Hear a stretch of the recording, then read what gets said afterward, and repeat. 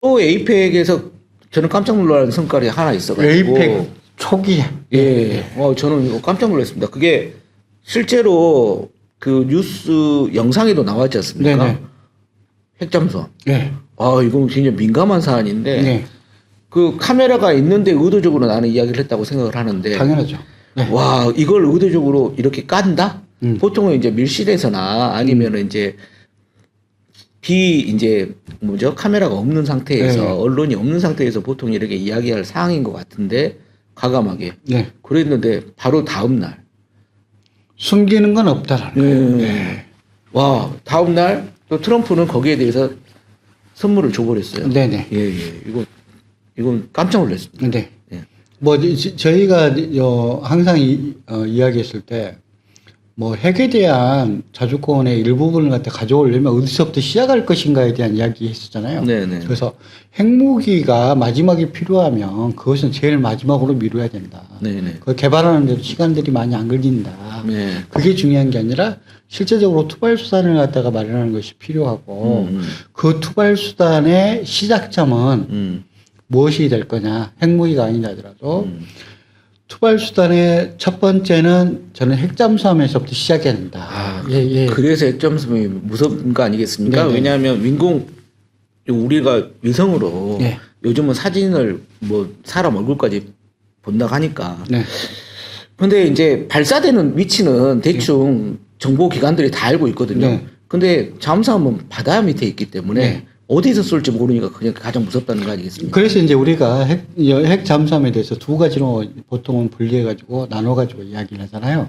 첫 번째는 뭐냐면 우리도 잠수함을 갖고 있지만 상대방도 잠수함을 갖고 그렇죠. 있다는 게 당연하죠. 기본 아니겠습니까? 예. 그러면 그 잠수함을 갖다 추적하고 공격할 수 있는 수단이 있는가 하는 것이 엄청 중요하거든요. 그렇죠. 물론 해상에서 구축함이라든지 네, 아니면 네. 비행기를 통해 가지고 예. 잠수함을 찾아가지고 이렇게 공격하는 수단들도 있지만 있죠. 더 큰 수단은 뭐냐면 바다 깊숙이 수중에 있으면서 예. 상대방을 갖다가 포착해 가지고 공격하는 그 수단이 어떻게 보면 상대방 잠수함을 갖다가 제어하는데 너무너무 중요한 수단이다라고 하는 거 일단은 말씀을 드린 거고요. 그러니까 핵잠수함을 가지고 있는데 우리가 이제 이걸 갖다가 전술 핵잠수함이라고 하는데 전술 핵잠수함의 가장 큰 용도, 첫 번째 용도는 바닷속에서 지상을 갖다 공격한다는 것도 있을 수 있지만 네네. 나는 그 두 번째라고 생각을 하고요. 네네. 첫 번째는 뭐냐면 적 잠수함을 막는 잠수함으로서 기능이 가장 크다. 그렇죠. 재래식 잠수함 같은 경우에는 이제 실제로 핵을 갖다가 원료로 사용하지 않기 때문에 네. 속도가 엄청 느리거든요. 그렇죠. 소음도 크고. 네네. 예. 속도가 빠른 네. 그 잠수함들이 만들어졌을 때 시너지 효과가 굉장히 대단할 것이다라고 하는 부분. 그다음에 수중에서 공격하는 적 잠수함을 갖다가 차단하는 능력이 있을 것이다. 그렇죠. 그리고 지금 어찌됐든 우리가 지금 같은 앞바닥을 쓰는 게 일본만 있는 게 아니라 중국도 있거든요. 중국은 핵잠수함을 이미 가지고 있고, 네. 그 다음에 핵잠수함을 지금, 그러니까 원료로 하는 겁니다. 네. 원료로 하는 핵잠수를 하고 있는데, 그거에 대해서 이제 이재명 대통령이 우리는 디젤 기관을 갖고 있어서 그걸 따라가지도 못한다. 네네. 그래서 우리도 속도가 2배 차이가 나니까. 필요하다. 네네. 이런 걸 강조를 했는데, 사실은 미국이 핵에 대해서는 굉장히 민감한 사항이어서, 네. 미국이 승인을 안 해주면 이쪽 서방 세계에서는 가질 수도 없고. 그래서 이제 핵 잠수함을 갖다 갖기 위해 가지고 지금 이제 해군에서 이야기하는 것은 4척 정도, 4척 정도를 갖다 이렇게 준비하겠다고 이야기를 하는데요. 핵 잠수함 이 상태로 생각해야 됩니다. 그러면 기본적으로 핵 잠수함의 용량, 예. 보통 이제 배수량이라고 이야기를 하는데요. 배수량을 이야기했을 때 어느 정도 될 거냐. 예. 조선일보하고 제 생각은 완전히 틀립니다. 예. 조선일보는 항상 배가 아파요. 예. 그래가지고 우리나라에 맞는 것은 프랑스형이고 5,000톤급이면 된다. 이렇게 주장하거든요. 저는 그렇게 생각하지 않습니다. 적어도 우리나라에서 만든 핵 잠수함의 크기는 제가 보기에는 7,000톤급 이상으로 7,000톤급. 해야 된다. 왜 그러냐면 대한민국에서 담당해야 될 것들은 계속적으로 군사력을 갖다가 확장하고 있는 중국에 대해서도 대응을 해야 되는데 중국에 있는 잠수함 규모가 생각보다 커요. 그리고 대수도 엄청나게 앞으로 늘어날 가능성들이 있기 때문에 네. 거기에 대비하기 위해서는 적어도 7,000톤급이 돼야 되고 두 번째는 뭐냐면 어떤 공격을 갖다가 주로 할 것이냐라는 고민이 있거든요. 네.